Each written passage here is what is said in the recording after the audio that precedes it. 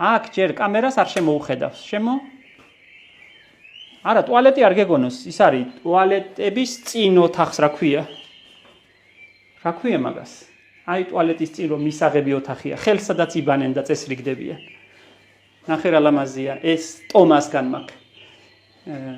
წინამძღვრში ვიზა რომ პატარა მაღაზიებია, ეს სარკე იმისგან არის. ნახე რა ლამაზია.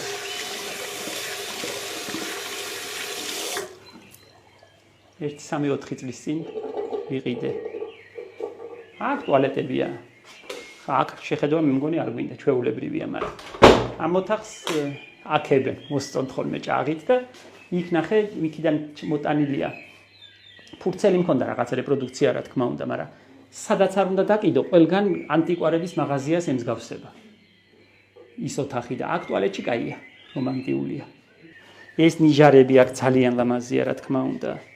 ეს მოიდადირიც ლამაზია. ესეც შეხედე, კია დაზიანებული, მაგრამ ლამაზია. აქ ჩიტები მღერიან, კაიული გამოივli მღერის. ეს აქიდანაა. ნახე როგორ შურტულებენ. ამაში სარეცხი საპონი მაქვს. საპონისთვის ვინახავ. ესეც ლამაზია. ეს ფაიანსია, თვითფასი არა, მაგრამ ლამაზი ნივთია და აქაურობას ძალიან უხდება. სამწუხაროდ გატეხილია. ნახე დაზიანებულია.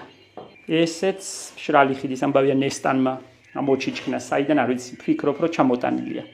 არ მგონია რომ ეს ადგილობრივი იყოს. ესენი რეზო გაბრიაძის ნაჩუქარი სარკეები. ნახე იმისი კოლექციებია ეს პატარები. და მე მიხარია მომწონს. ბევრი ქონდა, ბევრი შეგროვებული. ეს დამუშავებული ნაპირიანი და ძალიან ბევრი ქონდა მაგას. მე იმასთან არაფერი არა ვარ, ის იმდენს აგროვებდა. და ჩემთვის ემეტებოდა. დიდად არ უყვარდა ჩუქება.